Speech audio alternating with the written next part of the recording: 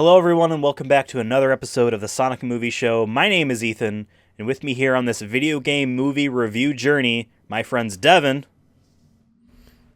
This is a dinner party. These are my friends. And David. Drop it, shithead. Wow, it seems like we got to pick our friends wisely here. Yeah. I had another one that was not now, bitch, but I was like, that's a little aggressive for our My other one recording here. Mine was a little bit more serious. It was introducing Valkyr, the strength of freedom. Okay. And my last one, this was not as strong, but I still liked it. Everyone's gonna get a medal for this. Nice. Yeah, classic. Yeah. So. Devin, David, how we doing? Doing good. Yeah. It is July, maybe 2024. I hope things are doing great then, because I'm feeling great about whatever's happening right now in the world. Yeah, I mean, it's getting hotter, just it's but also, beautiful. like, I love it. I'm sure everything else is I just... just have the nice central air, just keeping me nice and cool. I'm sure you guys are doing the same.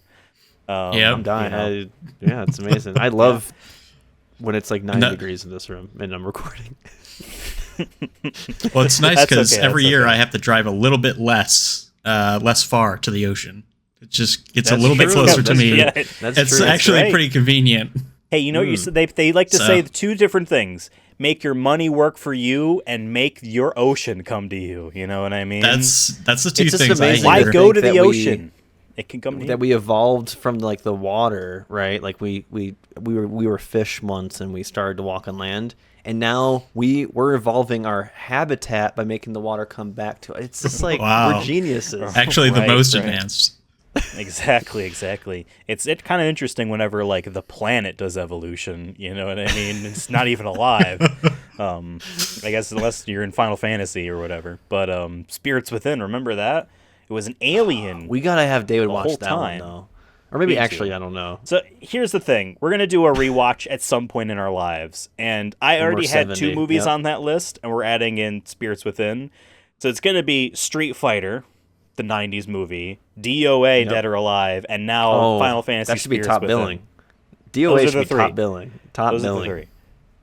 Also want to watch the 2021 Mortal Kombat movie before the second one comes out in theaters because I don't remember shit about that movie really.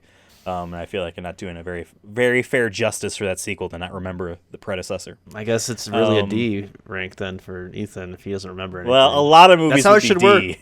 It would just retroactively go back, be like, how much do I They just remember get about worse. this movie? It's not even really the movie's fault, but So Devin, David, the 3 of us together watched a film. We watched the 2008 classic, I think, Max Payne, starring one Marky Mark Wahlberg himself. in his prime, some say.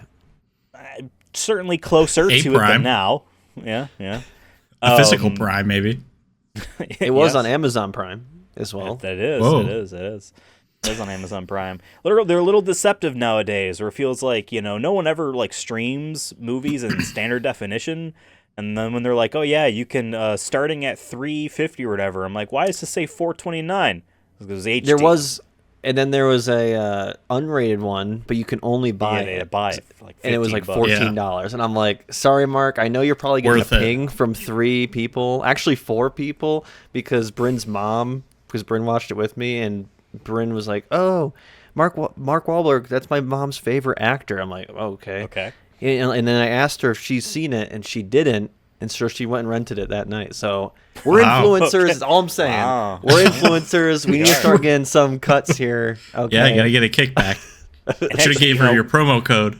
I know. Kind of speaking SMS. about that, we're saying this in joke as if like he's ever going to see that money or anything like that. But he got a ping. He got a little ping in his direct.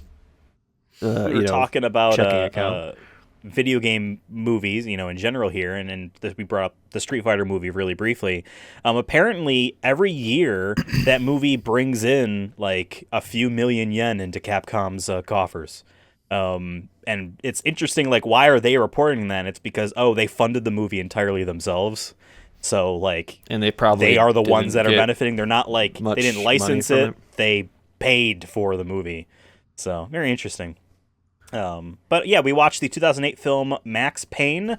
This is David's second pick on our big draft. You know, my second pick was the Tekken movie we watched last time, and now it's David's turn for his second pick, and then we'll go to Devin's on the next episode. After of this a kind really of thing. strong first pick too, so we'll see what we do. Yeah, I know. Oh yeah, yeah. both of you had really strong picks. Both my picks this is a were big part of the in the draft middle. right here. Yeah. Could make or break me. So I want to talk overall about the film before we get into the minutia. We always do it this way. So I want to start with David because it is his pick. It is his movie. I even heard he had a cameo in it at the end. But I had a cameo. Yeah, you did. Yeah. Whoa, okay. No, I want to know, David, what your thoughts are on the movie. You watched it. Let us know. Hopefully, It was good. I feel like that, it was good. It kind of sums up my view of the movie. It was just overall pretty solid. Not great, but not bad in my opinion. There was some things that it was just hard to tell because this is 2008 and in my mind that's not old, but when you think about it, it is pretty old. Things that I noticed that I wrote down, the special effects being sort of okay, this is not great, in that the animations of the ghouls or whatever they were fine, but there was snow in multiple places that it's that's just styrofoam. You could have did something. You could have did a little bit better. I don't know. There was one part where he was in Alex's office, and it was just everywhere inside of this clearly pretty heated room, and it was not melting at all, and it just immediately kind of took me out. There's so a stuff moment like where that it's already accumulated on the top of his gun when they do the slow motion pan over. But it was a little bit too I like much. that though. Yeah, on that. I like it was that. just, it was a choice. I think when you're putting it that much on the gun, I think it's a choice for sure. He For really sure. sit there and really had to But I guess just in general, I thought it was a good movie. I like the different characters in it. Sounds like I Max felt- Payne Max and the Payne. cops are right outside your door. I Right know. now. Yeah. Oh, shit. They heard I'm reviewing this. We're gonna have to hurry this up. I mean, the wild shootout. The shootouts were fun. I felt like all of the action was fun. It was, you had to suspend some disbelief. But that was fine. And then the story itself, I sort of believed that the main character was this Max Payne guy. I think he sold it pretty well, Mark Wahlberg. Marky Mark. And then Big the guy. last thing, maybe I should save this for later, but man, the slow-mo scene, that was really cool. I just really enjoyed. I don't know what it was about He's that. a I was sucker like, for slow-mo. yeah, I'm a sucker for slow-mo where he's bending backwards. I was just oh, I love that. That's just badass and very cool. So yeah. I was gonna ask Ethan because Yeah. I'm assuming we'll talk a little bit more about our knowledge of the games. And Yes. I'll just spoiler alert. I feel like I know what Max Payne is, but I also feel like I don't know what Max Payne is. Okay. I'm is he the one that jumps around corners? Was he was Max Payne the game that So, kind of yeah, why don't- invented that? Well, let's do this first. 'Cause I was gonna say and that then slow mo we'll go kind of to- shotgun blast feels more of a game thing that you could do. It was cool, don't get me wrong, but I was just I feel like this is trying to point to the game in some way, and also The Matrix, which was a lot of these movies, were inspired. This kind of era of Interesting. action movies inspired by The Matrix, which was always doing the slow mo things during big moments in Yeah. the movie. Yeah. And That's this is also, definitely I'll say, the inspiration there for sure. also a not just an action movie. It's to me it's more of a noir film in terms of how it's shot and its color palettes and whatnot, overall cinematography. But yeah, if we want to talk about the game, because maybe Ethan Yeah. you'll know more, because I So, feel like I have a vision in my head, but then I'm thinking yeah. of other games. I think I'm interested to know what he knows because I don't think I had any experience certified- with our these certified- games. I've known of them, but never Yeah. played one. Our certified gamer can tell us. So there are a couple Max Payne games, 3, but like I guess if you want to be really specific, kind of just 2, depending on how you look at it. The original Max Payne was a big, huge PC game, early 2000s. It had a PlayStation 2 port, which I own, that is like okay, but like the original Max Payne really was a gigantic early PC kind of focused game, or really was doing stuff that like the consoles, or at least the PlayStation 2, kind of couldn't do. Developed by Remedy, people know them now more famously for Alan Wake and Control. This was kind of their kind of, not their first thing, but this was kind of like their first like real, big boy game that they're working on doing what they want to do. They are published and owned, the games, Max Payne, is published and owned by Rockstar. So while the first 2 games, Max Payne and Max Payne 2, The Fall of Max Payne, were made by Remedy, Max Payne 3 was a PlayStation 3 and 360 game made by Rockstar. I think it was the game they made right before GTA 5. Has the best shooting out of any Rockstar game, I feel like, ever. But yes, that very first Max Payne really did kind of set the tone for kind of making, in this kind of 2020 era of AAA video games, where like on the Sony side, Sony makes a lot of big story blockbuster, video games, the most graphics that they can possibly manage to make 600 people crunch for in a story, that you follow through and you hoot and holler for. Max Payne kind of was like that idea back in the early 2000s, where like, yes, it's a noir game. It is about a cop on the edge. He's got nothing to lose. Going rogue. Exactly. I love throwing it out there. And yes, game mechanic wise, I don't know if this was the first game to do it, but what the game is famous for is bullet time. It is jumping forward like in the Matrix and boo, boo, boo, boo, boo, boo, jumping, around cover, doing that stuff. Super famous for that. And creative director on everything Remedy makes, Sam Lake, is also the face model for Max Payne in the first game. And he does that iconic Max Payne, I guess, face is just the like one eyebrow up or whatever. Let's all see if we can do it. I'm going to use this as the thumbnail now. Perfect.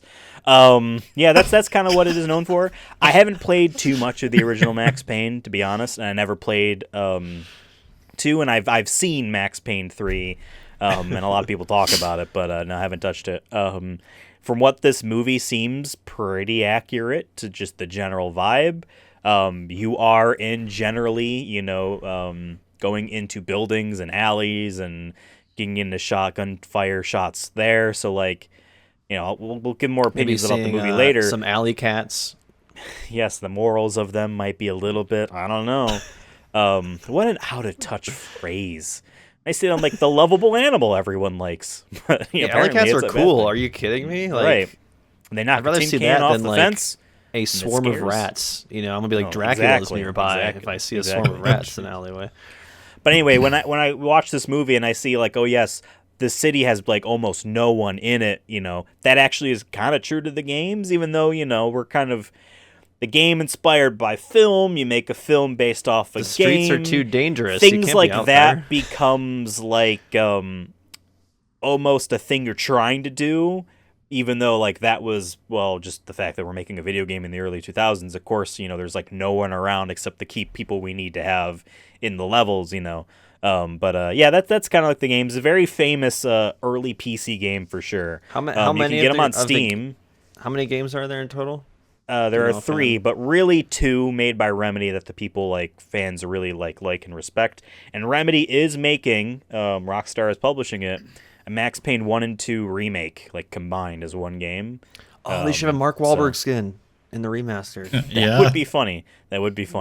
And they like reference Mortal Kombat, Max Payne in some of their games and stuff, even though it's not connected. But just like Mortal Kombat 11, like brought like the Mortal Kombat movie from 1995, like skins into the game. Like just embrace it, man. Let's bring fucking Mark Wahlberg's likeness into the game. Yeah. Just let me play as Mark Wahlberg.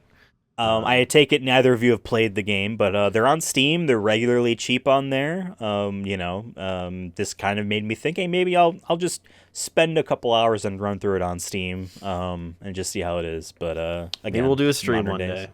Yeah, maybe. So yeah, David, you gave your thoughts overall on the movie. Devin, I want to hear your thoughts overall about this movie. What did you think?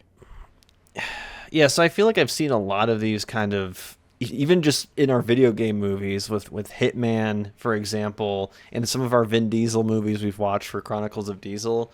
So I kind of was like, while I was watching this, trying to think about like where would I place this amongst those. Like how am I feeling watching this? Like, does it feel dated because it's from 2008? Does it feel like a low budget? Does it have a big budget? What, kind of those parameters as I'm watching it. Mark Wahlberg's in it, and like I said, this is kind of, maybe the start of Mark Wahlberg's prime, or like people getting to know who he is. You still have Mila Kunis back when she was, because I don't think really Mila Kunis acts anymore, at least not in big roles. So this is back when she's in Family Guy. Okay, besides that, I meant like as like a physical person. Yeah, I don't know. You even have Ludacris in this, which I did not expect to pop up. So I'm like, fun. oh He's shit, in, like, Devin, weird I think we movies. need this tattooed on our arms. The time stamp of 30 minutes and 35 seconds. When I that know, door opens and he walks out, and I'm like, oh my god, why are you in this movie? I should have mentioned it earlier because I mean, having a fast member in his own movie, arguably That's you could bumping maybe it up tie 2 in. tiers. Bumping up two Like, tiers. No, I'm joking. Yeah, seeing Ludacris in like a different role that isn't like a comedic kind of butt of the joke sometimes star in a big franchise was kind of, I guess, interesting to see. But yeah, this movie quickly I like realized like, oh, this isn't going to be like an action movie really. It's more of a noir film at the kind of right at the precipice. The intro is really cool. Actually, was like, okay, this movie's trying to when you do an intro like that, you got like I was like, oh man, this could either set it up for failure because it's like you're jumping off like a trampoline. I feel like it's like a good trampoline in the beginning. It's like, are you going to land that jump? And I guess we'll talk about whether or not we think it does or doesn't. But I feel like that beginning kind of like setting the stage a bit of like, okay, he had a cool monologue about I'm not gonna be the only body in this river or whatever, Right. this water. It's either a huge metaphor or it's a framing device of like the whole movie's going to lead up to this moment, that you see like lots of movies do. And it's kind of both. Yeah. But yeah, it's much more of a noir film, which I've seen not a lot of noir films. That's definitely like a genre that I one day want to like really tap into. I've seen, I think the movie's called M, which was from 1920s Germany, 1930s Germany, right before like Nazis, Nazis rise. And there's that movie is kind of, I think, is kind of pointed to as being one of the first noir films because you have black and white film, but they were using really interesting lighting at the time, and it was usually about like it's in a city or like alleyways and using that. So this has a lot of, I feel like, cool cinematography shots that still hold up. I do agree that some of the set pieces maybe don't look as great, and that could just be a lack of budget or just maybe they can only had a couple moments to film. Because I'm assuming they filmed multiple shots, maybe in a couple streets or boroughs in New York or wherever this was filmed. I think Mark Wahlberg does your normal Mark Wahlberg stuff. I've seen him in movies like Mile 22, which kind of has a similar role. So I wasn't like think he was boring or anything. I just thought like I feel like I've seen him do this kind of character before, but I think he does a good job at it. And yeah, I'm just trying to make sure I capture all my thoughts here. But yeah, I would describe the movie as decent. I think at some moments there was some pacing issues, or maybe like we had some action, but then like it kind of like halts itself a little bit too much. Like I get like sometimes you need to break it up. You need to have a good action set sequence or set piece, but some moments I just feel like they could have been cut a little bit cleaner, or maybe there's some scenes we didn't need. But yeah, I'm curious to hear everyone else's thoughts, and maybe we can dive a little bit more deeper into We're not this. diving deeper in anything. This is the end of the episode. Yes. My overall thoughts, I was surprised how much I liked this movie. I thought this was going to be a bad movie because, like, here on the Sonic Movie Show, we've been doing this podcast for 5 years, easing in and out of the realm of video game movies. We've done 50 of them before this start of this season. But still, like, knowing everything about all of these movies and then sometimes not, depending on when I do research, was surprised that Mark Wahlberg was in it. I forgot. I never knew that. So, like, I assumed that, no one's ever talks about this movie, or the fact that he was in it must not be a good thing. So my expectations were just going to be low, not because I wasn't going to want to like it or anything like that, but just, like, I wasn't expecting it to be much of anything. And I was surprised that it was pretty good. I actually do like pretty much all of the sets. It does have that almost, regardless if it's intended or not, I'm on the record many times saying what the author or artist intends is less important than what you take away with it. The artist is dead. Long live the audience. But I actually kind of see a lot of the sets as almost this weird dreamlike state where, like, I don't know, like, just maybe just the color grading, and there is a heavy, cool color grade that they do on this. Yeah, it's like a blue. They do which a very lot of movies funny, have done in this era and too, noir right? especially. It's definitely going to be. They do a funny trick later in the movie. Actually, it's easy to catch, where when he takes the drugs and he's thawing out, they just like warm up the color tone of the color grade. So like you can just actually cheesy. see the pink in his cheesy. face more. It's like, all right, and then they add in He's- like the fake thawing type of. He's off going of Super him, Saiyan. Oh, that would have been awesome if his hair turned yellow. And it just went up, spiked up. I mean, It's like, amazing. what you want, Dragon Ball? No, like I liked this movie. A lot of it was very predictable, but at the same time, I don't remember what the story in the game was. So if you were to play the game, and of course you're just gonna know going in if this follows that, or like, oh yes, of course, the pharmaceutical company is the one making the drug. Yes, the friend. It's very simple. Movie economics. You have characters. You show them on screen for a reason. Your bad guy needs to be on screen. Your secret bad guy needs to be on screen before you reveal him if you want to make a good movie. And if you spend any scene without the main character in it at all, it's there for a very important reason. It's like, okay, yes, his friend at this company, obviously the bad guy here. And then, I actually do not mind the cartoonish, I'm going to explain why I had to kill your wife, and then we're going to throw you in the river and make it look like you're a junkie. I think when I was younger, and I think a lot of people fall into that kind of like, oh, here comes he could have just shot him. He could have just ended it. But it's like, there is something, I think that's just like dramas, like going back to like Shakespeare or whatever. Like there's an element of like, you're telling the audience mostly in that scene why he did the things he did. I'm just pure evil, or maybe there was a profit motive, whatever it was, or I need to get revenge, or I'm trying to do this, whatever it is. Like that's the moment for the audience. I know like some people like, will follow the cinema sins route of like, it'll just shoot him, and I get it. Like I get that critique sometimes, but you got to remember like movies are dramas. Story. You're not filming a reality. Story. Yeah, and like, reality if it was often reality, isn't as efficient as people assume from watching movies. We watch Max a lot Payne of would have been movies and dead just assume that very quickly. Yes, when you see actions in real life, this is no. But a lot of this movie early on, I fell into, and I stepped out of it because perspective. Into the only reason why this movie is happening this way is because everyone's bad at communicating to each other. But, and I don't remember who said this, and so I'm throwing this quote out, or not necessarily, verbatim quote, but a quote out. I don't know who I'm supposed to attribute this to, but good movies, good stories come from a lack of communication. If everyone in your story communicates, you don't have a story. You don't have any drama. If everyone's acting like an adult, then your story's boring. If you got some children in those adult pants, then you actually have or even interest. it's just like just the fact that he's a pissy adult. He won't tell his feelings. He just has to be like, hey, listen, She was telling me about this, and that's why I'm doing it. It has to be like, no, I can't, tell you what's going on, or, leaving a voicemail and not just saying what the connection is briefly, and, but like, that's what makes drama interesting in movies. And yes, we say this all the time, Devin, and I agree with you still. Whenever we see a movie where like, that's a plot hole, or I'm going to nitpick. Nick at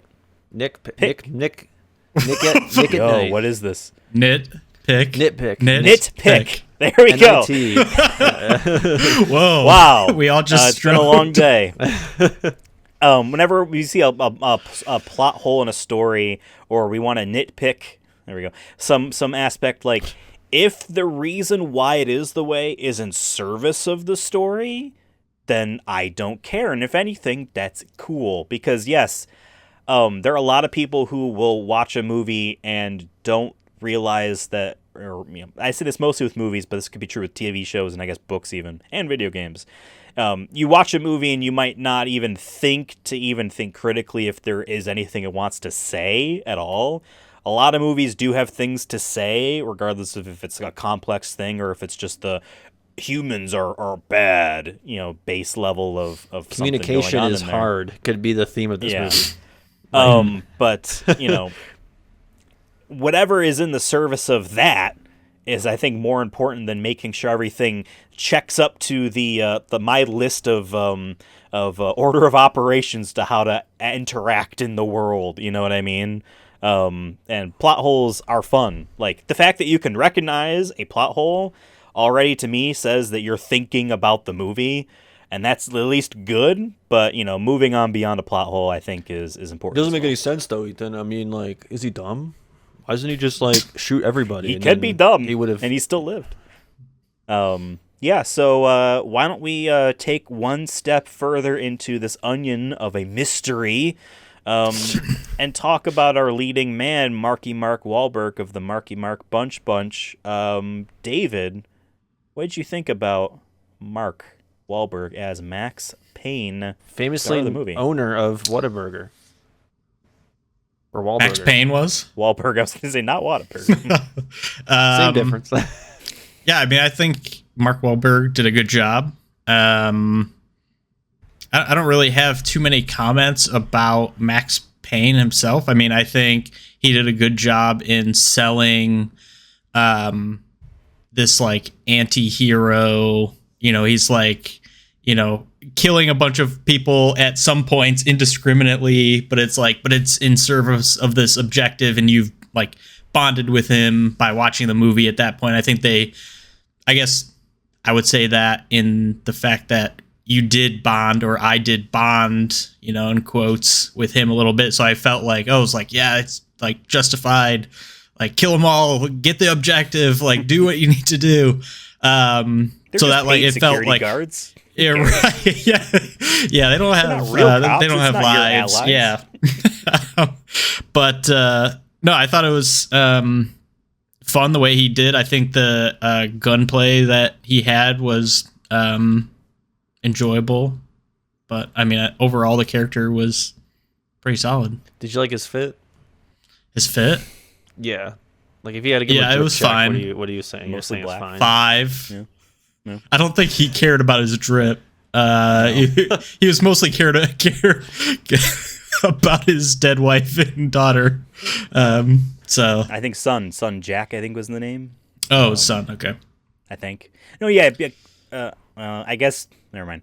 I think at some point it's like, oh, your son looks like kid you, a or lot. something Oh, looked like him. But like, I guess you can have it's a baby. You know what I mean? Yeah.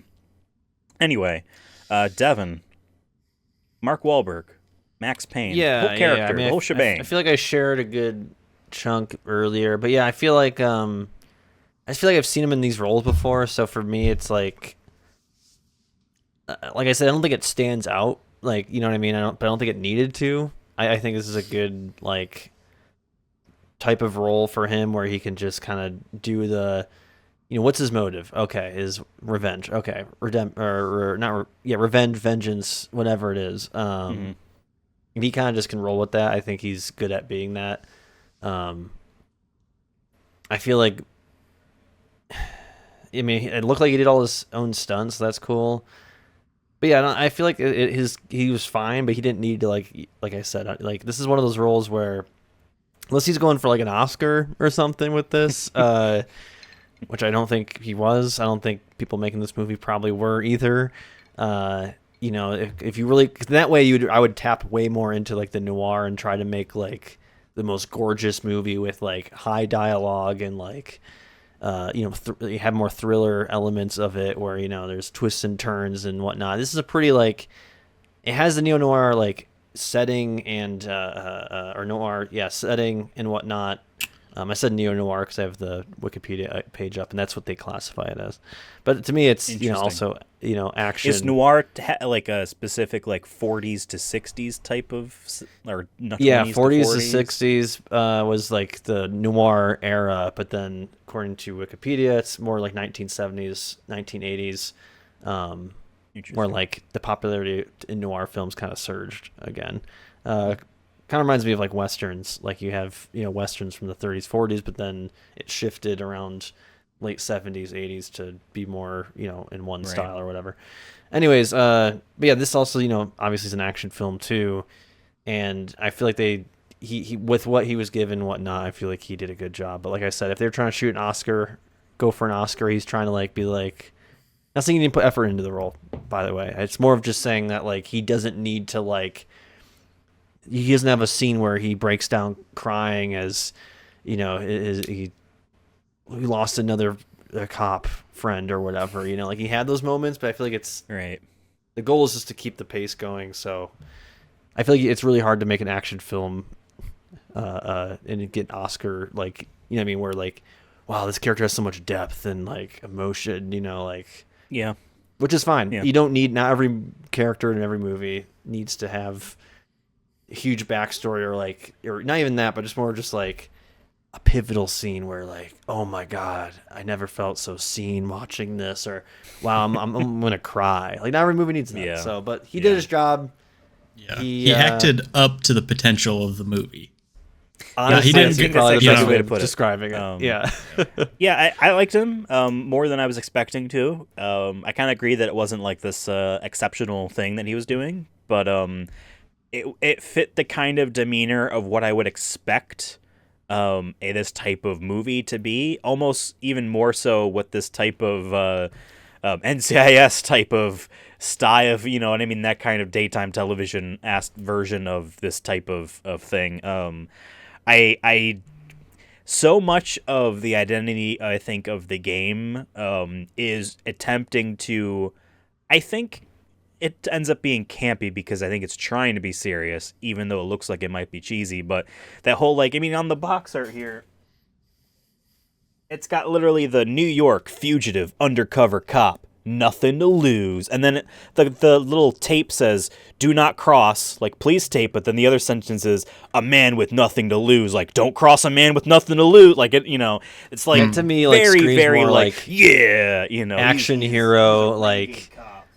yeah, he's an action hero in that kind of description there. You know, and with that you get the, yes, he's moody, and yes, he isolates himself. Like, so much of to me, that character in like the kind of the way the game frames it is kind of looking at films that it was inspired by and really trying to be the thing. Like Kojima does that all the time with his freaking games, where it's like, I really like, you know, these movies here, so yes, this Metal Gear is just these movies, or at least I'm trying to Escape do from that. New York So or whatever. Yeah. yeah, in a lot of ways. I mean, Metal Gear Solid 3 is like all of his favorite James Bond and 60s spy movies rolled into one, right? So to see the movie adaptation on the game, it, like I kind of was saying earlier with like the way the environments are, you know, the game was trying to do a thing based off movies, and now you have a movie trying to be based off the game. Yes, you could look like there's something lacking there, or yes, you could look at, you know, the way his demeanor and attitude is in the film. You know, Mark Wahlberg's character Max Payne as almost like a stereotype of the genre, but it is being true to what it is, seemingly. So like I don't mind it and I can and jive with it. That's why, like I was mentioning earlier, the whole thing kind of almost feels like it has this dream-like haze tonally set over it. Maybe he was hallucinating the whole time. We never even thought about Maybe. that. You know, he did drugs at one point in the movie, so you know, maybe they could have woken up and was like, I've been doing the drugs. I just will say this as well. Just aesthetically, the job could probably suck ass, but aesthetically, I do like the idea of being the guy who's just in the cold cases office.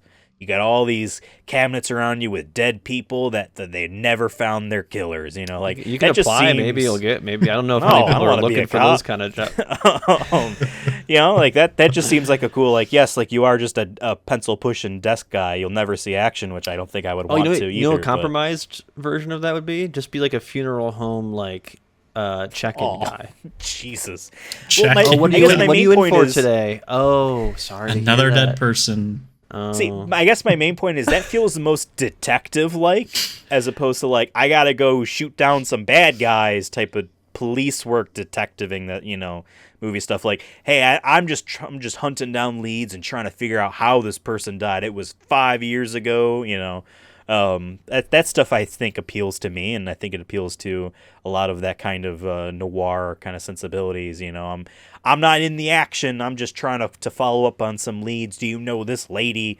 Even if by this lady I mean this photo I have while I'm trying to shoot you through the bathroom doors. So why don't we begin this movie, and kind of talk about some of the different aspects that this movie has going for it. One thing I liked. Before they confirmed it, I liked that it was a drug making people hallucinate these angels or birds, even though, like, you know, there could easily be a supernatural element to the movie. They kind of make you think that that's going to be the case, even though, like, you know it's not, but they feel like they do a good job of, like, this person sees them before they die. But yes, the first guy, we see him get hit by a train. You know what I mean? That's how he died. But even like I forget what it was exactly, but the second person who dies, like the way they edit it and they cut away, it makes it look like, well, it could have been these You mean angel demon bird things. The one woman that Natasha. that he brings home. Yes, or whatever, yes, and yes. Then she runs away, and then we assume, yes, the dude who Yeah. looks like Victor Zsasz from Batman probably came down and stab, and slice. But like, Yeah. bring up you know, the Batman. way- I have a point with this with Batman, by the way. you know, coincidentally, but I just like the way it is. And even when they corner I forget what his Marco or whatever his name is, and he's already tweaking out and he's seeing them all around, and Max goes to grab him before he backs out of the window. When he's already out the window, it literally does, yes, you can remove the CG Birdman. It looks like he was yanked out. It doesn't look like he, you know, tried to butt slam out the window. Like visually, you know, I feel like that metaphor, because again, like I feel like a lot of this is sort of dreamlike in a sense, where like that might not be literally how he looked when he was flung out the window, But for the audience sake. but for the sake of the kind of metaphor they're going for. So I like some of that stuff. agree. How'd you guys liked the serum, the Valkyr serum? Give me that I shit, didn't- brother. Yeah, I didn't understand. Well, I guess let me say this. So connected to your point, I didn't know, because I hadn't played any of the Max Paynes. I didn't know what they were like. I was like, oh, maybe there is this like weird spiritual like And religion all their other thing games going are on. supernatural as fuck afterwards. So Yeah, so they okay. I would fully agree that it sold it well. I completely thought that there was going to be like some weird cult and they were like trying to like summon these devils or something. And then it's, you know, slowly revealed. And it, you know, in retrospect, it all makes sense because we have the clues, you know, the train, the bad guy on the roof, and him just like jumping to his death, I guess. But I guess the other thing I didn't. So you guys both said at the end, Max Payne took the drugs, and I thought he did, but then I was like, but when, like, he didn't take a vial of it, right? He was just in the water with it. It was that how he took. Once he gets climbs out of the out, water, he's freezing to death. He's freezing to death, and he pulls it out because the guy put it in his pocket to make it Oh. look Make like it he look was like a a junkie who jumped to his death See, instead yeah. of being I must not murdered. have rewinded far enough because I saw like the color change and like it was like clearly he was on drugs. And I was like, what is going on? I must have looked away or like looked at my phone and I looked back and I was like, all right, I gotta rewind because clearly he took it and I must not have rewinded enough. So because I was like, oh, he just got he real just- mad and he decided Yeah, to start hallucinating. Hey, I like that. That's actually Okay. what happens if you're too angry to die, folks. Is you just start seeing angels and you tell them, Yeah. not yet. See, now if he gets really mad, the color gradient color map would change to green because he's hulking out. He's all Right. It's true. Or the Matrix is breaking. I know The other Max Payne's thing- drug addiction is a big theme in the third game made by Rockstar, Oh. but I'm not sure how What much drugs? it was in the first. Marijuana. Pills. Mary Jane. Literally take pills to heal Mary yourself. Jane, my girl.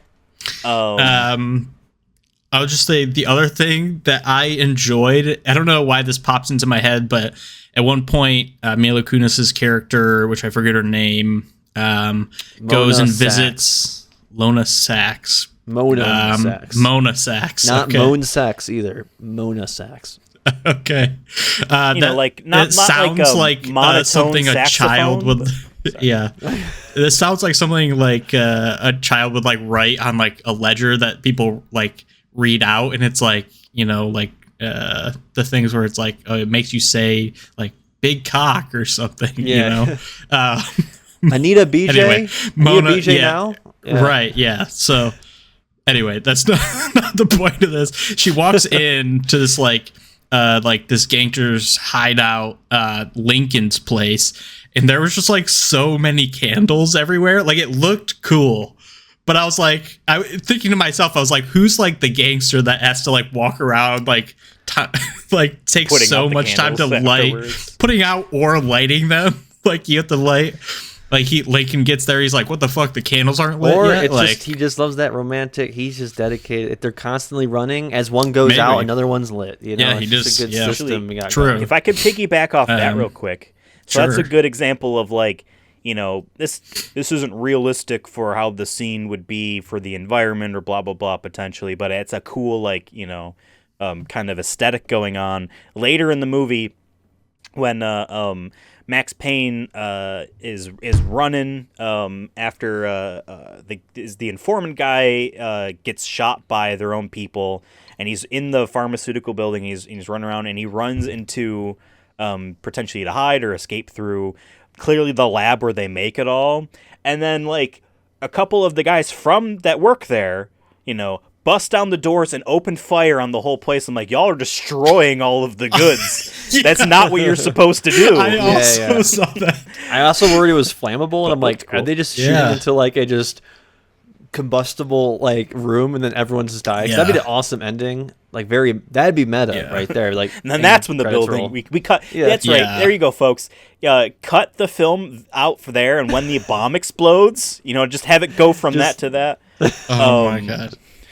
Yeah, That so was sorry, David, wild. you were- They're just like, no. It's funny because like thinking like, wouldn't their boss be way more pissed that they just destroyed the rest of the supply I'm assuming it's versus not like easy this to make one guy either. who might expose them? Like, right. Yeah, because right, it's like the right. corporation's making it, and it kind of seems like they're kind of making it on the down low as well. And I'm like, it cannot be cheap and easy to Right. make that stuff. We're not talking Yeah. about, I guess like other drugs. I guess like other drugs do take a long time to make, I'm assuming. But I want to mention one thing about the hallucination.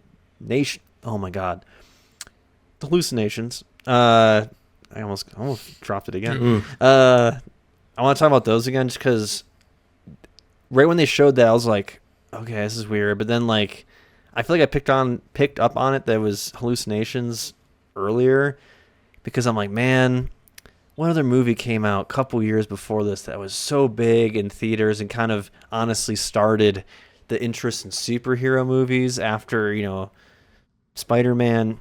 That's right, Batman Begins, came out in 2005, and what does that have big in it? Oh, Hallucinations with Scarecrow. And what kind of style was that movie as well? Noir, superhero film with Interesting. action in it. And to me, I just feel like I saw a lot of that resemblance in it, where it's like, instead of like, oh, it's based off whatever your fear is, or like, oh no, it's just like a specific type of, angel. And then I get the point with the angels is kind of to point to the fact that Max Payne is basically a dead man walking. You know what I mean? His Right. goal is just to find out who killed his wife and kid, and he's okay with dying after that. That's all he wants to know. He wants to know Right. that the person that killed them is 6 feet under, So Or like, unable I to get be that put kind 6 feet under because he's in so many pieces. Yeah. Yeah. I just like I get why I like that's kind of the visual thing, but I just kept thinking about like, man, this just feels like sometimes like a knockoff Batman Begins Scarecrow thing. And I understand that, like Scarecrow is from the comics and stuff, and I'm sure it's shown in a way like that. But it just in terms of like how it was visually shot and How whatnot, you it just felt translate like Batman. that to film. Yeah. Yeah, Because I also I'm like not saying that it's a bad the first thing time it's either, all but it shadows, just- but then sometimes you see a physical 3-dimensional arm or I whatever. wish if they did just shadows, I think that would have been to me cooler, and it would have felt a little bit more unique. I guess for me, I just kept like just visually how they were showing like these monsters, and eventually at the end, just like these angel monsters who are interacting with the environment. Just it just felt way too much close to Batman Begins. Not saying it's a bad thing necessarily. I'm probably being a little bit more hard on it than maybe other people would watch it, but I just feel like it's just so similar to me. And I did watch Batman Begins like last year, recent-ish. So like, Okay. it's kind of top of mind for me a little bit. I guess I shouldn't say top of mind when it's a year ago, but you know what I mean. It just when I saw that, I'm just like, It makes sense. Once you point that out, I'm like, oh yeah, that is sort of similar. But I like Batman Begins. So. oh yeah, right. Like, Like you said, it's not I would negative. also That's my probably favorite try to of those copy 3 it. movies. The movie came out in 2005. This is 2008. That movie was probably big when they were filming this movie and probably maybe writing the script. So like, all that pre-production stuff where they're probably going that direction. I don't blame them for being like, hey, that was a kind of a cool concept, or we were already doing something similar to that. How do we shoot it? Well, let's just shoot it kind of like that. That's what it kind of felt Yeah. like. So like I said, I don't think it's a huge, I wouldn't say it's like a major gripe. It's more of just like, I was like, man, this just feels similar. And I feel like they could have still made it a little bit more unique. I feel like they maybe pulled, at least, I could be totally wrong. They might not have pulled from it. Well, yeah, at it's all, not a but- toxin that you inhale. It's a little blue Yeah. Gatorade vial that you drink. But in terms of just like how the hallucinations are like presented and all that, it's just felt sure, kind sure, of sure. similar. If anything, more similar than I think they could have done. I'm It. with I you. liked the shadows in the beginning where I was like, because then I was like, is this supernatural? And then once they started showing more with him getting pulled, I'm like, okay, like I get Yeah. this is Yeah. just the drugs. Another little gripe I have, and I'm almost embarrassed to say I can't really put my finger on why. It's just a feeling. I don't know why, but I don't think the pacing of the film was really all that good. But like, I don't know how I would suggest it be better, if that makes sense. And maybe it's just the fact that a lot of the locations look very similar to each other, and like, you almost have like it's like kind of either if you want to take it into account or you don't as making a film, travel distance and time to places, and does it matter? Like, yes, it is in New York City, it's in Manhattan, we know that. They've mentioned that a couple times, the police office could be close to this, and it could be close to this or that, but almost like sometimes it was hard to tell like how long it's been since he left here and is now here. It doesn't really matter for the sake of the movie, but something about the whole thing kind of just made me seem like it wasn't all that there. I don't know. Am I like an outlier? No, here? I Do you think that's guys what that's. kind of I think that's what I was understand? talking about earlier, where like the pacing and the choice of cuts and how they cut. That's what controls pacing in films: is what scene is coming after it. How are you cutting into that scene? Are you doing a specific transition? Are you trying to fit something else in between your original two settings? Whatever it is, like cuts create, emotion. Cuts create this pace of the film. Like I said, it's just movies like that got criticized for it, like that one Queen live action movie I shouldn't say live action. Of course, it could be live action, but the Queen movie Drama, there, where it's biography, the biopic. biography movie, whatever, biopic, or biopic. Some people say biopic. Where like there was a scene I saw on Twitter, people were like criticizing it because it was like one guy's talking, it's so quick, cut, and everyone's like, "Oh, it sucks," and it's like it could have. For the I didn't watch the TikTok movie, generation. but for the point of the movie, it might have been purposely cut that way to make it feel frantic and whatnot. There's If it's in movies- contrast action to movies have a lot how of cuts the because movie they was need done you to feel beforehand, yeah. the action needs to feel quick and flashy. Okay, we're gonna cut And a like lot. things are all over the place. You're like, what's going on? Like Yeah. feel Yeah, like yeah, what the yeah. character's feeling. But when you need a movie to maybe like, hey, you were supposed to remember something in this, you slow it down. Whatever it is, like, there's so much that goes into that, and I feel like that's what I was trying to point to, and I feel like you kind of maybe specified it more, where it's like that sense of travel, sense of daytime and nighttime. You know, usually you show, a lot of movies will show, like, especially in a city, right? If they have the city as their setting, okay, it's nighttime, we're going to show a quick sky view of the Right. night. Exactly. Or a time lapse even. Sometimes they'll even just be very straightforward with it. Like, time has passed, An establishing shot. Right. Of So, sorts. like, I think even maybe was those like, were missing at that point, or it's just like, if you're jumping from one interior to another and they're very similar, and then you realize that it's not the same, that can be confusing for audience Yeah. as well. Yeah. And I think that happens sometimes in this. I don't have the movie in front of me, but I feel like if I think we did a a good, watch along, a I good could thing point to them point out, to but- in this film is, his partner dies, and then his friend, I forget his name, old partner or whatever, who works at the pharmaceutical company, seems to be in charge of the whole thing. I forget his name, what the character's name was. Says, it wakes him up in the hospital. He's like, the wake is in an hour for the friend Alex, his partner Alex. And it was like, on the way, we're going to stop and get you a shirt. And that's at the pharmaceutical place and blah, blah, blah. I feel like a lot happened in that hour. Fine. Again, plot hole, don't care. For the sake of the story, cool. But for this pacing thing, comparing that to, I feel like some later parts where, like, you have a whole lot of time, but it feels like you barely had any time to do a couple things. Whereas we established a lot of story, a lot of exposition almost even, in this in-world hour versus later in the movie. I feel like that's kind of like a good encapsulating point. Yeah, when his friend died, that issue. felt very rushed. And I didn't like that because I Yeah, feel like it was supposed to true. be important. And it just felt like, friend dies, and then they have him getting attacked, and then it kind of was like he somehow gets beaten but doesn't get killed, and then it cuts to Right, him. they didn't kill him for whatever reason, even though he is the They tried reason to do, why like- they went there. Yeah, then there's the kind of like blurriness. They're trying to show he got knocked out or whatever. I get it, but that just I feel like they just cut too much or cut too little. I don't remember exactly how it went, but I just remember the pacing feeling awkward, going from that Yeah. scene to, oh, you're awake. Yeah, your friend's dead, by the way. The wake's in an hour. If you want to go, like Like, he's got You know what I no mean? It time to just- sit with Yeah. his thoughts before getting out of bed. But Right. maybe Yeah. that's just the character of Max Payne. But, like, the audience is not Max Payne. The audience Right. needs some time to he should have woke up by themselves. himself to like figure out what happened. Was it real? You know what I mean? There's there's been like the hallucination stuff going on. Did his friend actually Yeah. die? Like those kind of things. I feel like you could have played around a little bit more with. Yeah, or- you could have had like him in like the hospital bed, like going in and out of waking up, and then going into like flashbacks of like then just show us what happened. Movies and have not- done that I've never too. been knocked Yeah. out and woken up in a hospital bed, and I can see it either being kind of like how the movie happens, all of a sudden there you are, because or having that kind of in and out dreaming of the events as if they're both happening, but maybe were they real, were they memories, or is your dream filling in blanks on what you remember? That type of stuff would also be interesting, like you said, David.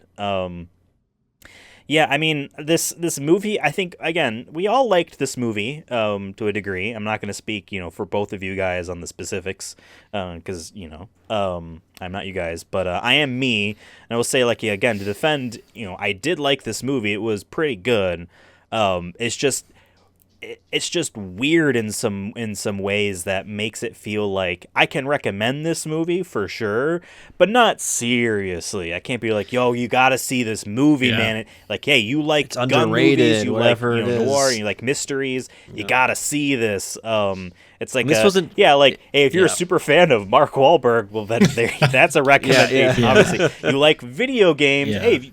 you started playing Max Payne. Oh, there you go. Play, like, hey, you played Control or Alan Wake. Before you watch Max or you play Max Payne, maybe watch the movie. That might be fun. That type of stuff. Yeah. I just feel like so many movies of this genre and whatnot that also came out before and after this have just done this better, whether it's just movie wise, like I said, we talked about the pacing and whatnot, like whether it's that or like characters or plot, whatever it is. Like I get this movie's probably tied to the game, I would imagine, or tied to like the idea of noir films, and there's only maybe so many elements of it. Movies have copied each other all the time. I think that's totally okay. It's like, what are you adding to it or making it new? Or maybe it's just shot better. Remakes, right? Movies are remade, but like, oh wow, the remake's just better because maybe the actors do a better job of portraying what the characters are, or just the visuals are better. Whatever it is, music's better. Whatever it is, But I just feel like for me, like what I think you're trying to say too, Ethan, is like that. This is a movie I don't know if I'd recommend to everybody unless you're like really into the video game movie like nicheness of it. Yeah. Or I guess, if you're a Mark Wahlberg fan, I guess. I feel there's like a lot better Mark Wahlberg films out there, but, it's like I would recommend, like, if you're on a long flight and there's no good, like, really top tier movies to watch, like, and you see this, like, I would be like, yeah, you should watch that. Like, that's the kind of... You have a 10-hour flight, you have, like, 2 hours to burn. Right, yeah. watch the two, like, great movies, and then you're kind of, searching through the list. But I mean, I'll go back to what I said at the beginning. It's pretty good. Yeah, I did not dislike this movie. I didn't feel like I wasted my time, which we have watched the movies. Luckily, not yet. I don't think in the current season. But I feel like I wasted my time watching Gran Turismo personally, but because you're not a racer, Scorer reflects differently. Yeah. But no, yeah, it's a movie. Honestly, this is a movie. It is a movie. This is definitely it's 2 p.m. It happens. It's TNT on TV right now. TNT. This is that type of movie. That's the vibe. On a Wednesday. And that would be like I'll definitely leave this on. I'll stay up. This looks cool. I don't need to necessarily follow it, like again, like it's following almost the stereotypes of what a noir movie is. Because again, the game, was obviously and noir films, like I said, are much more like so drama. You don't need to know the specifics. You could be like, oh, yep, there's the dame who dies. You know what I mean? And like that type of stuff. Yeah, noirs are much more drama focused and less action. I think there's movies that have kind of perfected it, which is like Blade Runner, I think is a good example of both science fiction, noir, but also action, thriller. But yeah, that's also one of those movies where like I wouldn't recommend that movie to anyone unless you're just a huge Harrison Ford fan, like my grandma. I'm talking about 2049, so you gotta be a Ryan Gosling fan, okay? But no, I feel like this movie is definitely like one of those, like you said, like daytime on TNT. Maybe the Travel Channel for some reason. Sometimes the Travel Channel will play movies. There's been I feel like plenty of movies we've watched that don't even get to that level. You know what I mean? Yeah. Where like no, like that's not 2 p.m. on TNT. This is 2 a.m. on ABC Family 3 or whatever. You know what I mean? Like, hey, we just need something to fill a time slot. What's cheap? Mortal Kombat Annihilation? Sure. That's on ABC Family. That'd be awesome, actually. Because why? Well, that movie, yes, I understand, is very kill-gory, whatever, but it's so stupidly goofy in execuation that you can't see it seriously. At 3 a.m. Exactly. Like a 4-year-old can watch that and be like, oh, this is dumb. But and maybe clap just like this, too. Just kill it. That's what they do. They sit in front of the TV. The TV's like right here, and they're like... Yeah. Oh, I certainly did. That's why I'm wearing glasses right now. Oh, wow. All right. Well, hey, David mentioned the score earlier in this episode. Let's hop on over and remind folks what we do here on the Sonic Movie Show. Again, the only show that has ever reviewed a video game movie, let alone 50 plus of them. Yeah, so we did a draft earlier in the season. I believe it was episode 201 of the Sonic Movie Show, where Devin, David, and myself each picked a total of 6 movies from a list of 24, I think was our total list. Yeah, there's 18 films here, so yes, there were 6 left over. There was 24 films total. Some were kind of hand-picked to be in there, and some were randomly generated from a list to be in there. None of these movies we have seen. And we did a draft pick. We snaked through the whole thing. And we're on our 5th movie now here with Max Payne, David's second pick here. We do this whole thing where based off the kind of tier we collectively give the film, points are awarded. And so far, David has been doing pretty good with his first pick. Some might say he is 2% off of being perfect so far. He threw a no-hitter in his first solid game. It's how it feels like. Yeah. He just So just nailed came out it. swinging. Yep. we're gonna give our overall opinions in the form of pitching what a tier we want to put in, but we need to let you guys know real briefly in the span of 3 minutes or less what these tiers are. And Devin, every single time you get better and better getting close to 3 minutes, but you still, because here's the thing, the video that pops up, this is what the tiers are, that's 3 minutes long. Okay. And you basically get 1.5 of them in before you finish. I gotta do better. I feel like I rambled too much trying to explain. I don't give you any parameters. I just let you see how you do. I need keywords. I need to start taking notes of what is S tier. I'll be fantastic. I just need and words. Don't write it down ahead of time. Don't write a script either, because I feel like that's inauthentic to what the Sonic movie show is. That's fine. I'm just trying to be so better. Devin, okay? why don't you, in 3 minutes or less, tell us let me know when the timer starts. What these tiers are right now. All right, S tier. We have Detective Pikachu, Prince of Persia, Sonic the Hedgehog. These films are in a video game movie scale. We should preface that all these tiers are a video game movie scale, so an S tier movie might not be S tier regular movie, but sometimes we get them. Maybe we will one day. I think Prince of Persia has an argument. But yeah, Detective Pikachu S tier has the special sauce. It's great. Highly recommend, even if you're not a video game movie fan. A, we have movies like Mortal Kombat 2021, Sonic the Hedgehog, Rampage, Tomb Raider, the newer one, Uncharted with our boy, you know who? Also Mark Wahlberg. Mark Wahlberg, yeah. You see, he's a video game movie veteran at this point. But yeah, A tier. This movie's really good. Probably pretty good.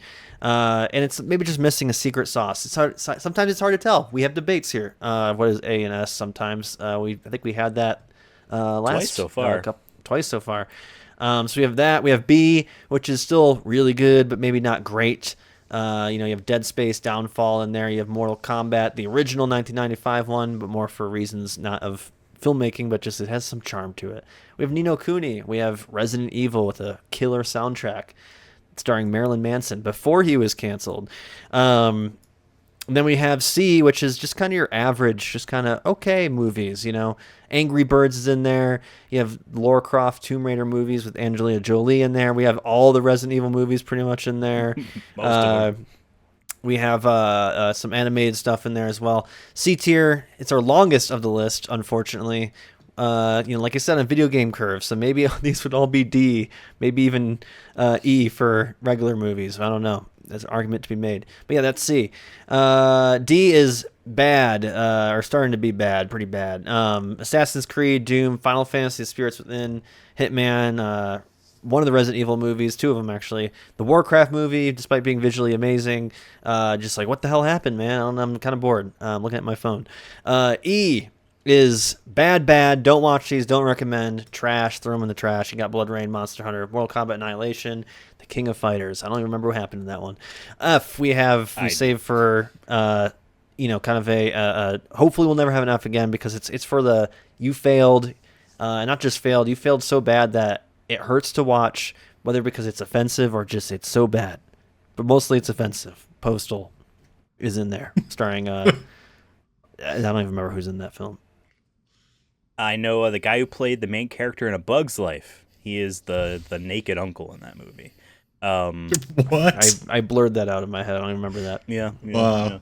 Yeah. Good job, Devin. You did it. Because now Postal is just leaving the screen.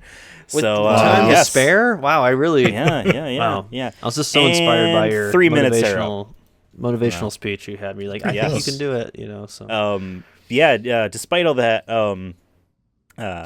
we watched, on average, good movies. The 4 movies we watched this season so far, 2 of which are C tier, which again, kind of like Devin said, there's a lot of good and a lot of not so good, and a lot of bad, maybe even in there. And we have 2 S rank movies in there, so I feel like on average we've been doing pretty good so far.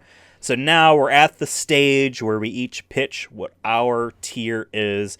As is tradition, David, because you picked this movie, you get to go first. What did you think, and what is your plea to the Valkyries in the sky? Get it? Because it's Valkyries? Yeah, I think we talked a lot on the previous episodes that I was a part in, and I think Devin thinks this way highly of, like, there's tiers within the tiers. So in my mind, I'm trying to put it in there. It's always I think so deep. Yeah, I think, well, it just makes it easier because there's not a lot of tiers, and sometimes it can get hard. I'm stalling. I think the movie overall was good. I enjoyed it. Follow I think your the heart. fact that That's my advice. I would recommend it for an airplane after you've watched the other good movies puts it at a high B or a low A in my heart. And I think for now, I'm going to argue a low A. I think our major gripes were pacing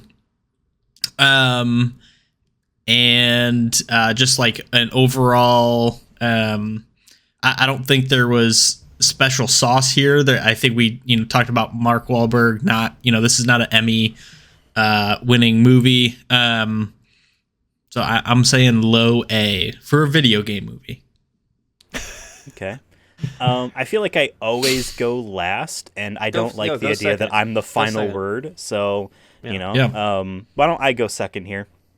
Low A seems apt for what you might have thought about this movie. I don't know why I'm phrasing it like that. It just sounds Whoa! like He's take a step back here. intellectual. What's gonna over there. come? I'm saying this because to me it's a C.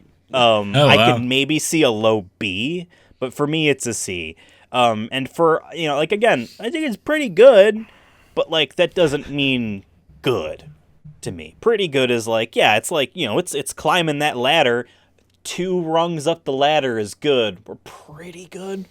And it's mainly to me like the pacing issues and the way a lot of the scenes kind of look can lead to a almost boring sense. When you're not in the high action, I feel like this movie is kind of like, daytime, maybe afternoon even television, which is fine, but for a movie that is only, 2 hours or however long this movie was, I forgot.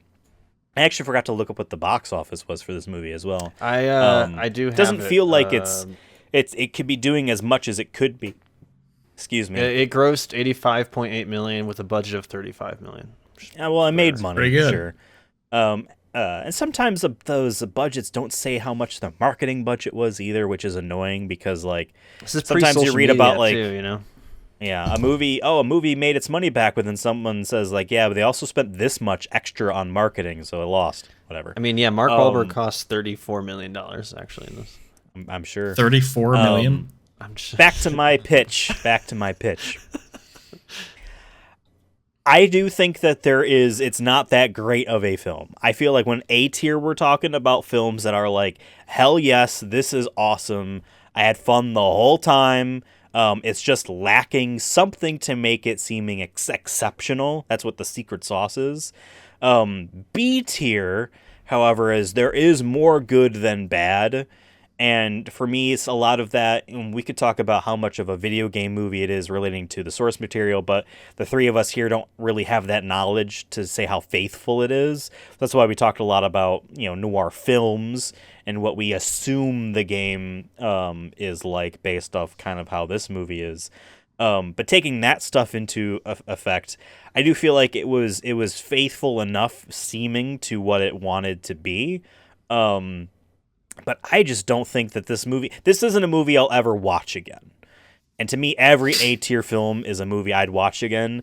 Most B tier films are a film I'd watch at least once more. And for that kind of plain description, I don't think I'd go that far to be like, yeah, you have to watch 2 good movies on the plane before you watch this one. To me, maybe you could watch this one first if it's a movie you haven't seen, but this isn't a movie I'm expecting much out of going into it on a rewatch either, when I feel like a lot of these A-tier films have a lot to appreciate. Maybe that's what A stands for, appreciate. Of course, D is always stands for boring, so I don't know how we turn that around. It's a dull film, maybe. I'm rambling here. I guess suffice it to say, I can be persuaded into B, but I'm kind of in a high C. If I want to join you guys in the why even have tiers at all, let's all rank them individually in our hearts anyway. High C is where I'm feeling. Can I ask one, before Devin goes, can I ask you one question? So we said... Are you stupid? Street no. So we said Street Fighter Legend of Chun-Li was a high C. And in my opinion, this was much better than that. How do you rank those two? I'm interested in that before we move on to Devin. Just quickly. I would say both of them are very similar. They just do different things. Oh. They're different types of movies. And so, like, yes, they both had pacing issues. I would say, one of the big complaints we had about Street Fighter The Legend of Chun-Li was it's a very tell, don't show film. Yeah, she says she struggled in the streets of Bangkok, and we don't actually see that. A lot of this movie is we're kind of told how much he suffers, you know what I mean? But, like, we don't really see it that much. Like, we just have this assumption told that he stays up, he doesn't sleep, and he's always on the hunt, We don't, but yeah, but it's not like he's... The couple of moments we see before the event are also in these dreamlike memories, so he's idealizing how happy he was beforehand. It said it was literally 4 years it's ago. In golden hour. It's been some time. Oh, I wanted to make this joke and I forgot. If I was this character, right, and he... his wife and his kid are murdered, and he's in the house. He's downstairs, and he says, "If I was only 10 minutes sooner, I could have stopped them." Because as he gets in and he fires, it's right after the guy's right out the window. Motherfucker was like pleasantly picking out the beer out of the fridge he was gonna drink beforehand. If I was him, and then he's a very smart guy, I would have blamed alcohol on my lack of saving my kid, and I would have never drunk again. Which isn't the case because he drinks in this movie. That's just my joke. It's whatever. It doesn't mean anything. But like, think about it.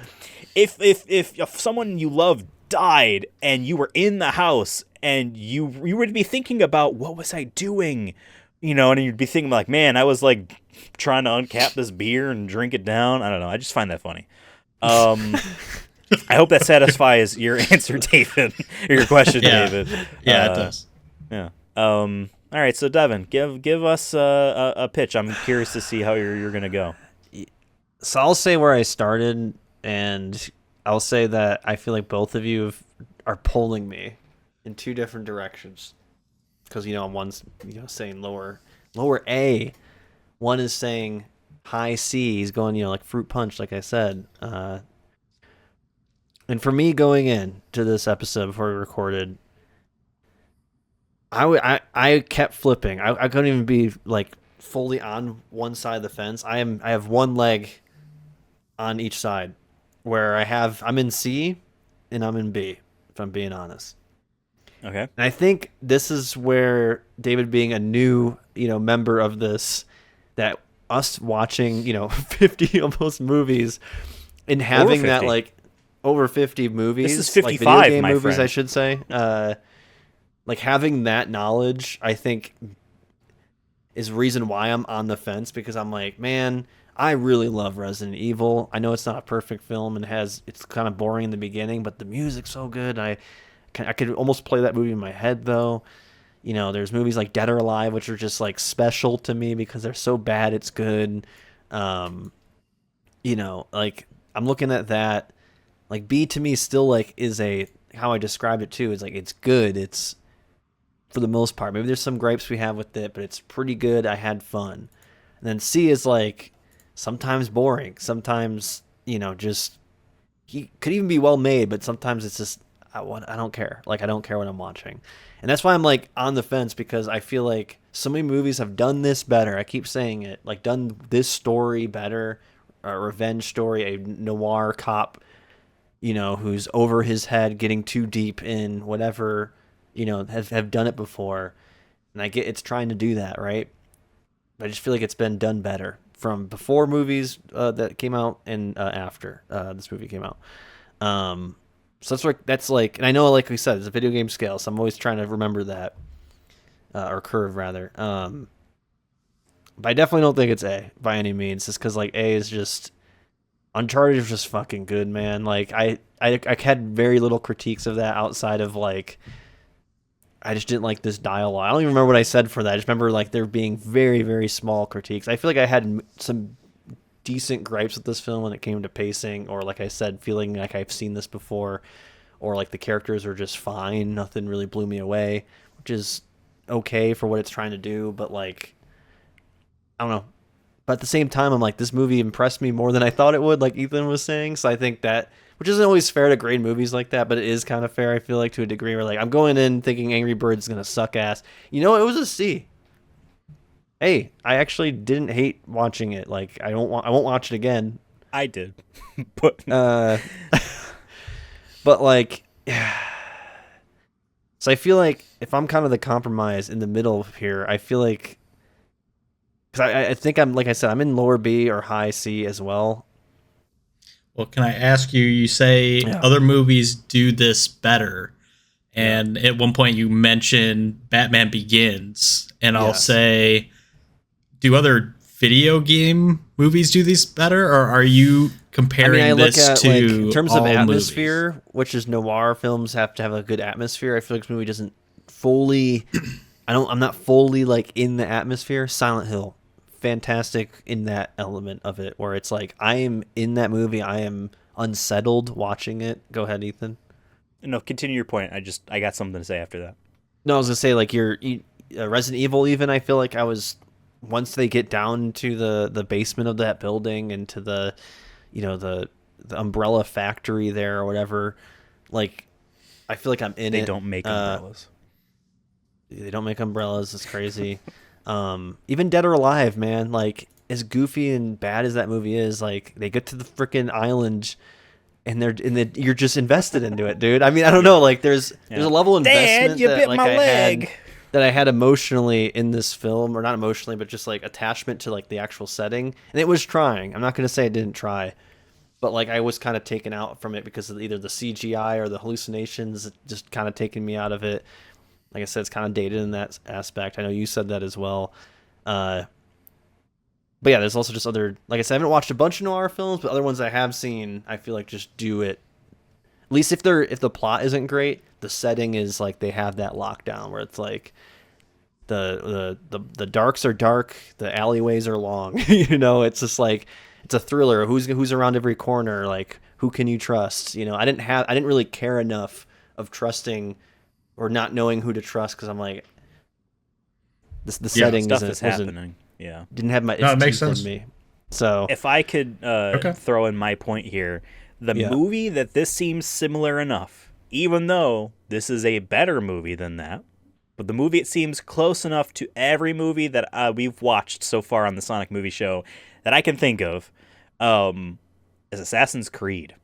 I think a lot of the way this movie wanted to treat itself was how Assassin's Creed came afterwards, would want to treat itself. This is a little bit more successful, but not that much more successful.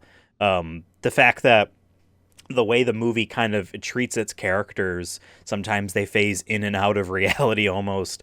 And again, dreamlike, sure. That's the word I'm describing this. I know it's not the words that you guys are describing, but that's my thoughts. But it feels closer to that movie than like even Resident Evil, which has a bit more of a like fun mission type of sense, and like serious in a way where it's like here's the laser hallway. This is weird. It takes itself in a little bit more fun directions in that way. And of course, fun and serious aren't necessarily a bad or good scale. Like it's not a slider we have.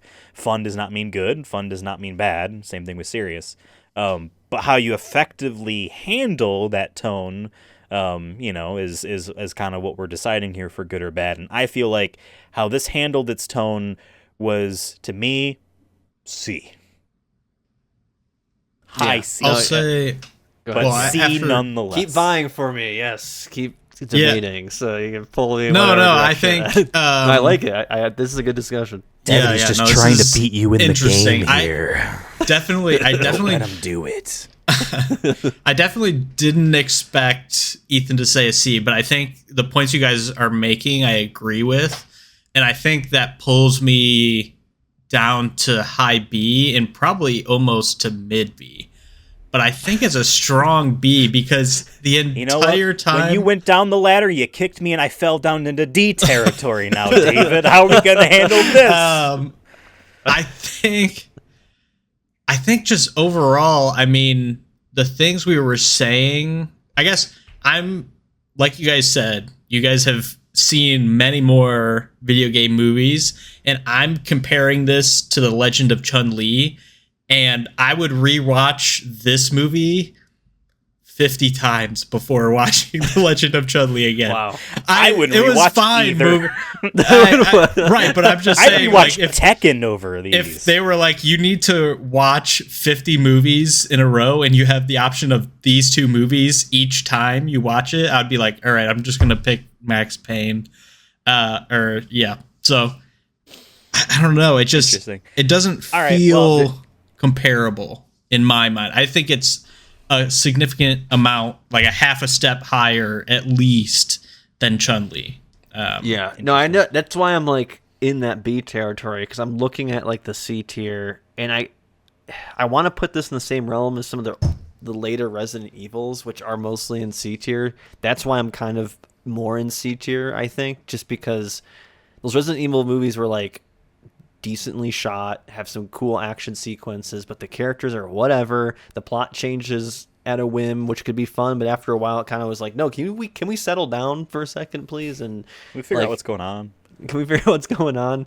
But then I'm looking at B, like I said, this. And we're beating around the bush here. Memorable. Yeah. Devin, I'm saying a high C.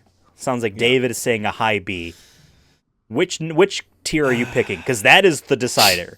You know what I mean? We're not doing a majority thing. We're feeling it out, but I feel like whatever one of those two, if you pick A or D, I don't know, then we have to reevaluate. But if you're picking C or B here, that is the decider. Yeah, I know. It's tough, man. But what does your heart tell you? I've been in like 75% C most of this time, and I feel like that's where we gotta land. Unfortunately, I've been trying to actually give it a B here, just because I'm looking at the list and I'm like, there is some elements I like in this movie that I do like in B tier, but I think there's more I have in the C. Like I keep going back to, I'm like, would I watch this movie again? Probably not. I'd rather watch Resident Evil, Silent Hill, Mortal Kombat, Scorpion's Revenge. Dude, I'd probably watch the Tomb Raider movies with Angelina Jolie over this. Like, the more I thought about it, because I'm like, those movies are just so bad. At least the first one for me. Yeah. So bad I shouldn't say so bad it's good, so bad it's all right. Just because the action's good or whatever it is. Like, this is a fine movie. I think it's a movie, but like, yeah, I just feel like the list. Just looking at the list, I don't think it's bad that it's in C. Like I said, and how Ethan said, like, I think going in, I was like, this is a D. When you drafted it, I'm like, this is at best a D movie. So I think you picked a good spot, I think, to have a C movie, considering. Probably after the next couple movies here, I think a lot of them are going to be. You're going to be wishing you had more C's. We'll see. We'll see. That's where I'm going. I'm sorry to bring it down, but you gotta pick one. You gotta do what you gotta do. Yep. We had Joe Biden over here with us. Do what you gotta do. So, folks, it sounds like we are all now in agreement.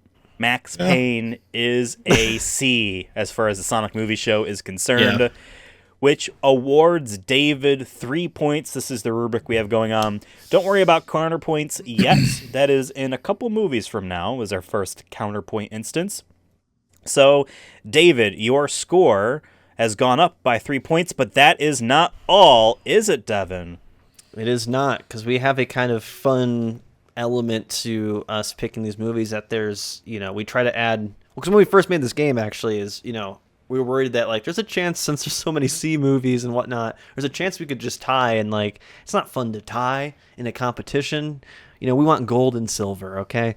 So, how can we add an element of a tiebreaker? And I looked at fantasy football, and, for a wide receiver, he gets a catch, that's 1 point, and then he get whatever yards he get is the point of that. So he gets one catch, he goes 10 yards, it's 1.1 or whatever it is.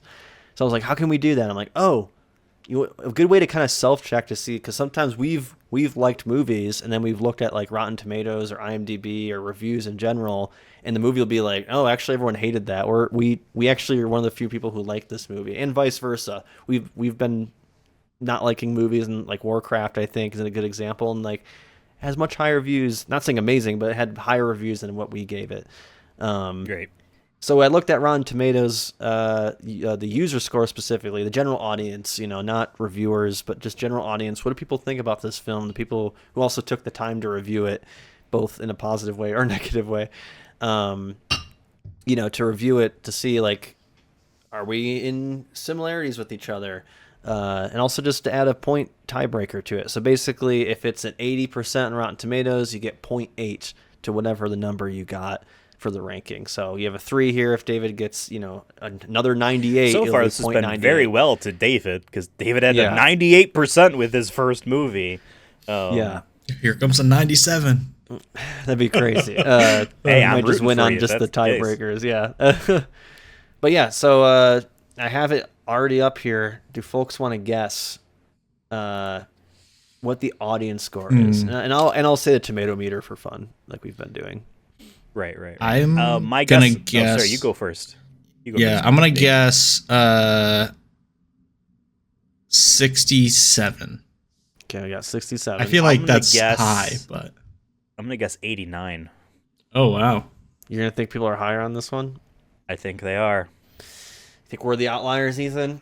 As the guy who liked the movie the most, I feel like well, you're both way too high. It is 29. Wow! Really? Yeah. Whoa. So we probably gave this movie more love than anyone who actually maybe saw this in theaters back in the day.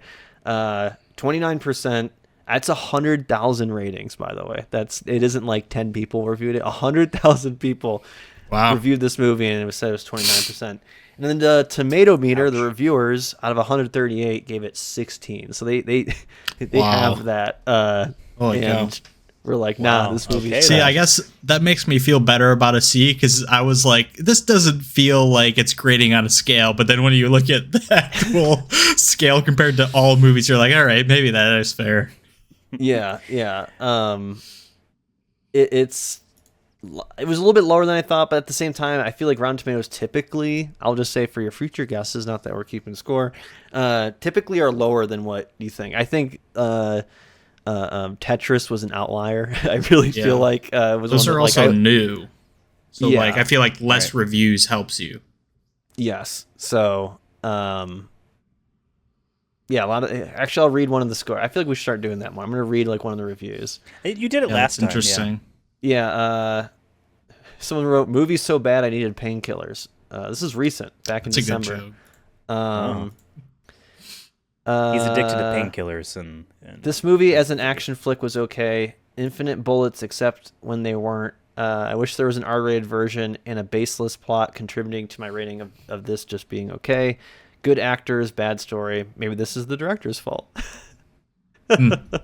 So, should have been R-rated. Stick to what the game saw in theaters. well, there's I mean, an it unrated was a version. PG Not that means Yeah, that. we watched the theatrical version that released on October 17th, 2008. Yeah, the game is rated M, so It is PG-13. Interesting. But yeah, that's Max Payne. By the way, we didn't mention it, but there was a after credit scene, which I was confused because I'm like, I thought that guy died. 1, 2. It was on the edge for sure. He got shot like 8 times, bro. Like I get the drugs help, There but was, like like, there's a difference 5 between bullet drugs. Painkillers like, don't help you from dying. Yeah. From bullets. Yeah. Anyways, that kind of I thought Iron Man was going to be in that. That'd been fucking awesome because that was of the time period when Iron Man's going to Hulk and whatever. Like this is around that He didn't era. go to Hulk. He went to the bad guy in that movie, which is they had to like retcon that bad guy into being important on the good guys because they made a mistake. Yeah. Sorry, go on. But anyways, I read that that their hope was to make a sequel, but it had such negative reviews at the time that they're like, it made money. The reviews themselves, Sony or whoever was like, Wow. yeah, we're good, which sucks because we could have got more Mark Wahlberg and Ludacris. I know, yeah. That's right. Ludacris, I enjoyed that he was there, for sure. Well, David, your total score, as of right now, is higher than me. Higher than me. It was already Your higher score- than you without this. Well, it already was. It's much higher now. Your score is 10.27. Wow. Bam. Double 10.27. digits. Breaking double digits in 2. Easy. My total score so far, again, we both have 2 movies in the doc or in the bucket, in the bin. So far, my total score bin. is 6.49. And Devin's score, as of right now, with only 1 movie, is 6.87, higher than me. So, yes. But who knows? Who knows? we're gonna be- It's still anybody's game. Yeah. That is for sure. So, I think thanks. a C is a strong pick here. Like I just based off how last season went, I don't where mind I was a like, C. Right. I was expecting like, oh, we're all gonna get B. I'm like, nah. Like getting a C is like pretty good. I think outside the first picks, like you want like at least a B or higher. I think getting S is like amazing. But yeah, like after like the second round, it's like you like C's, you will take them. Right. You will take Because them. remember, All right. last season, there was 1 A and 0 S's. Wow. So And how many? That's I don't think pretty there was even wild. that many B's either. I think it was like C. there was a and- couple B's, yeah. Yeah. I think you had more B's than me, but like, this is why the tiebreaker. you won on- you won on I the won last averages. season with less than a point. So like this is still gonna be close. Maybe between the two of you, who knows how I will turn out. Maybe we will really like some of my movies. But well, I You just never want know, to say dude. thanks. Legend of the Hungry Wolf sounds kind of cool. Yeah, Fatal Fury. Thanks, David. Thanks, Devin, for joining us on this journey here. The audience, You're I'm welcome. sure, appreciates you. But, we're not done yet. I keep forgetting. As Every time I forget. I like that doing there's a this. second I element. like doing of it. this. It is time. It is time. It is time for everyone's new favorite game show, Break That Blue Line. Yes, folks, Oh, we're wow. here once Okay. again to talk 'Cause about the blue cops and files and video cops. games. We're trying to ask here the main ultimate question. Are all cops bastards? Oh, my Certainly God. not in the video games we play. Our channel is definitely like we've done like the controversial topic of communism versus And then we also did one capitalism. about gun sound effects. Yeah, gun yeah, yeah. sound effects. Don't worry, money. it'll even Yeah. out later on. You think These the one about last cats three. is going to be offensive? We'll see.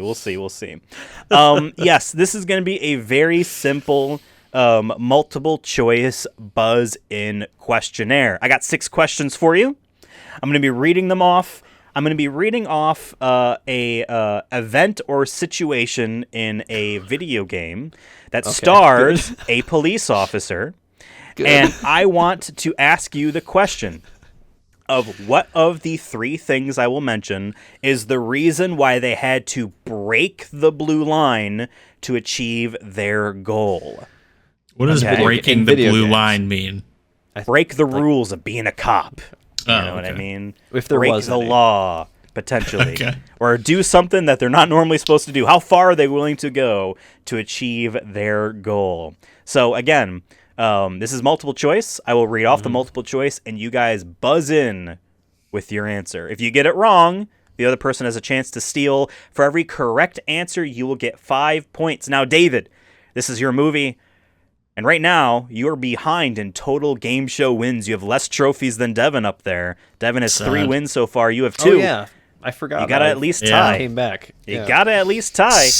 Not looking good. I'm rooting for you, but of course I cannot be biased with the scoring. And because, I mean, these are very obvious answers. This is not subjective. So one of these days, I will do a subjective-based game show, and we'll just see how that works. So you have to convince me of your answer. Whoa. But not this time. Your gift Not will be this in the time. mail the week before. I can be bribed. Are you two ready? Sure. David. All right. No. Okay. So here we go. Question number 1. In the 2007 Xbox 360 video game Mass Effect, developed by BioWare, Citadel security officer Garrus Vakarian is found early in the game with a lead on a corrupt government official. Before he joins your crew and gets your help, what stops his efforts to follow his investigation? Is it A, a terrorist attack, B, bureaucracy, or C, a trickster con man? David. I think, if I'm remembering the right part of that game, because I've played this game before, I think it's A. I think there was, at one point, there's a 9/11. terrorist attack when you're inside some like spaceport or something. I'm trying to remember. I'm going to go with A because I have some Clearly type wasn't of that recollection. David I mean, it's fun. It was a video game. David says A, a terrorist attack. That is incorrect. Okay. Devin, you have a Thinking chance of to something steal. else. It is either B, bureaucracy, or C, a trickster con man. See, if this was real life, it'd be bureaucracy, because that's like, I feel like a lot of problems in this world. But since it's a video game, I'm going to go C. Devin is going with C, a trickster con man. Devin, that is incorrect. Wow. Damn it, I should It trust is my bureaucracy.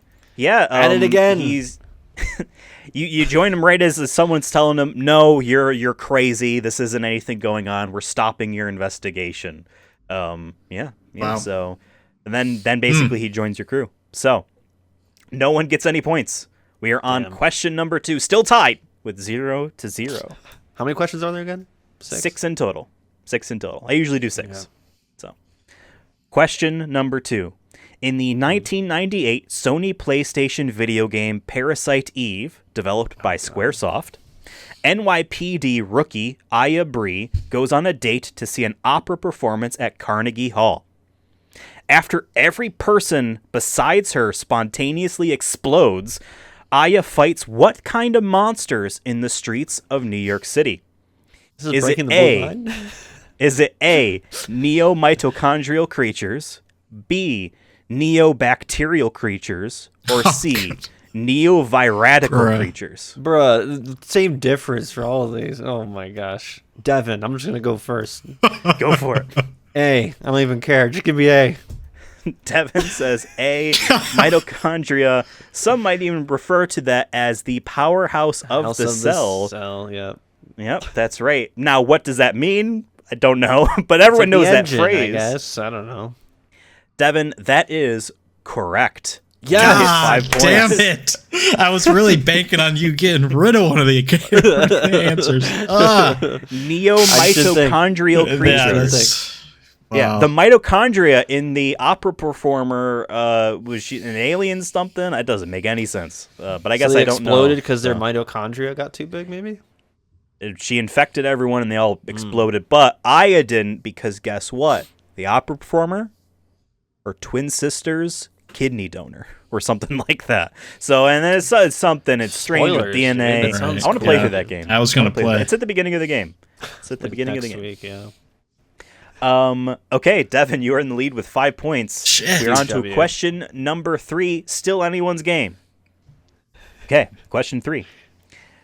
In the 2008 PlayStation 2 video game Persona 4, developed by Atlas, a string of murders in a small town of Inaba causes the protagonist's detective uncle to investigate with his rookie partner Tohru Adachi. While his senior partner leads the investigation, what does Adachi fight behind the scenes? Is it A, possessed criminals, B, shadow monsters, or C, women and children? David. David. I feel I think I have to say C because it's so ridiculous. Oh, yeah, I think I have to say C. That's my gut. David says C, women and children. David, that is correct. He's the murderer. Yes. That's what we reveal at the end. Oh, the game's spoilers like again. 18 years old. I was just downloading it. I did play it though. I did play a good like 20 hours, which is pretty good for me. Yeah. You never finished it though, which See, is I thought okay. it was I never did everyone either. everyone was possessed, or is that some of the people you see in the dungeons are right? No, the people that he's going to kill get trapped in the TV world, and they're like mired in their own like problems and issues, and then they get killed. That's how it works. Now here's the thing: I never beat that game, so I didn't realize he was the killer. I only time I realized he was the killer is when the fighting game came out, and this dude was one of the characters. I'm like, how? He's like a side. He doesn't do. He's the slacker rookie guy. Oh, he's the bad guy. That's why. That's why he's in there. All right, so David, you've tied up. We're halfway through the game so far. 3 questions left. We're at 5-5. Yeah, it's funny that the ones that like Ethan put in questions of games I've played than you've played, and the only one that I've gotten right so far has been one that neither of us have played, and then you got the one that I've played. That's funny. Yeah. Okay. Just how he drew it up, I'm sure. Yeah. Well, question number 4. In the 2019 Windows video game Disco Elysium, developed by ZAUM, amnesiac detective Harry Dubois investigates the lynching of a man with his partner Kim Kitsuragi. Over the course of their investigation, the 2 detectives get caught up in what situation? Is it A, a dock worker union strike, B, the fall of Rome, or C, in an illegal chemotherapy center? Devin. Whoa. I'm only using an educated guess here. I'm not 100% confident, but based off what this game is about, I'm going to go A. Devin is going with A dock worker union strike. Devin, I know you've wanted to play this game, and you actually asked me, should you play? And I said, no, you're not going to like the actual game of it. Maybe give it a shot. I don't know. If it's cheap, you can always try it out. But Devin, that is 100% correct. Wow. It is. Yes. Damn it. Yes. Well, I don't know if I want to play it now because the people who now own the game basically got rid of all the people who made that game who were actually like, part of that political ideology. There's weird and now stuff going on. There's stuff going on over there. Yeah. So they were going to make a sequel, and I think they got still are, but and they is not the same they that made the game in the first place. Yeah. All right, Devin takes the lead, 10-5. Huge. There are still 2 Pressure's questions left. David, you have enough to meet I really and need beat. this one. I know. And does. I know this one is tailored just for you, David. In Locking Halo in. Reach. No, not I quite. didn't play Halo Reach. I don't know. Just And these are cops, not like FBI agents Master or Chief's anything a like cop. that. He's the cop of the galaxy or whatever. That dude's also like 9 feet tall. You realize they stretch those boys? It's weird. Okay. They're also child soldiers, which is bad. And his suit jacks him off. All right. Question number... One of the books says that, David. Don't give me Fun that look. It's facts. true. Question just number made that 5. Question number 5.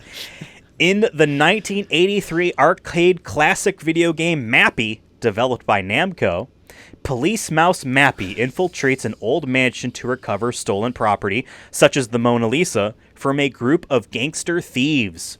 As Mappy navigates the mansion's trampoline maze, what is the name of the feline criminals he must catch? Is it A, Meowkies, B, Meowlitas, or C, Meow Meows? Go, you That's bastards. what I think. David. Yes. David. Say the second and third ones again. I'll read all 3.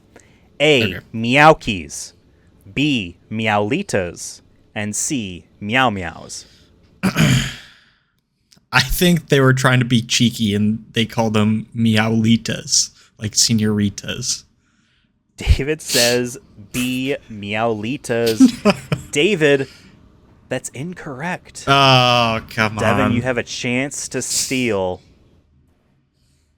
C. Devin says C, Meow meows. His name's Devin? Mappy. Meow meow. Come on, it works. Sure. Devin, that is incorrect. The Oh, answer is thank A, God.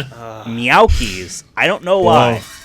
Well, I will say it's very funny. There's a little bit of cultural loss with the American version.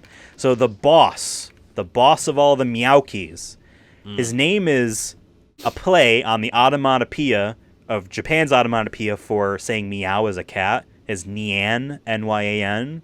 With Namco, his name is Nyamco. I find that's very funny. But in English, his name is Goro. Don't know what they were doing there. Cool. Devin, you're Like still in the Mortal lead. Kombat character. David, you have a chance to at least tie, and if we tie, Yeah. there will be a tie breaker. Okay? Boy. So there is still a chance to succeed here. Okay? I gotta lock in. Final question. All right, question number 6. In the 2010 PlayStation 3 and Xbox 360 video game Deadly Premonition, developed by Access Games, Francis York Morgan investigates a mysterious murder in a Twin Peaks-inspired rural Washington town. Over the course of the game, York learns that the town's folklore has a murderer named what? Is it A, the Origami Killer, B, the Raincoat Killer, or C, the Redwood Killer? A. Devin, A. Sorry. Devin says A, the That Origami sounds Killer. That is incorrect. You're thinking Oh, of wow. Heavy Rain. Heavy Rain. Yeah, I Yeah. figured. I wasn't. David, you have a chance to steal and tie. Sorry, can you say B and C again? I know it was a Redwood Killer. So B is the Raincoat Killer and C is the Redwood Killer. God, Devin, you fucking idiot. I just remembered now. David. Did you ever play this game? I've need to watched someone buzz in, play David. it in entirety, but You so I gotta know do it now that before- you said it, I wasn't thinking. So Oh my God, I have no idea. I feel That's not an like, answer. yeah, the Raincoat Killer to me sounds like something Ethan would make up, so I'm gonna go C. But I could see it David being says either. C, the Redwood Killer. David, that is incorrect. it's as wow. soon as God as soon damn as it. after I said A, I'm like, oh no, Oh. he's in a raincoat with like a fish hook, kind of Oh thing. wow, Yeah. Or whatever. Classic I'm game. like, feels bad. Classic game. I almost Oh. blew that game, folks. My I God. was missing my free throws, the easy ones, yep. but you know what? Well, I couldn't Devin, pull it out. I got good news. You won your 4th ever trophy. I won the series. Congratulations. Best of 7, right? Best of I came 18 back. plus 2. I came back. Yeah. So, yes, David, you are behind. You're 2 trophies behind Yeah. Devin. Devin Not is good. taking the lead here. I know. We're going to really have to see how we're going to wrap this up next time here on the Sonic Movie Show. Once again, folks out there, thank you guys for watching. Remember, we are a YouTube first podcast here We are on a union. or youtube.com/@SonicMovieShow. But we're also on Apple Music and Spotify and all those places, just simply @SonicMovieShow.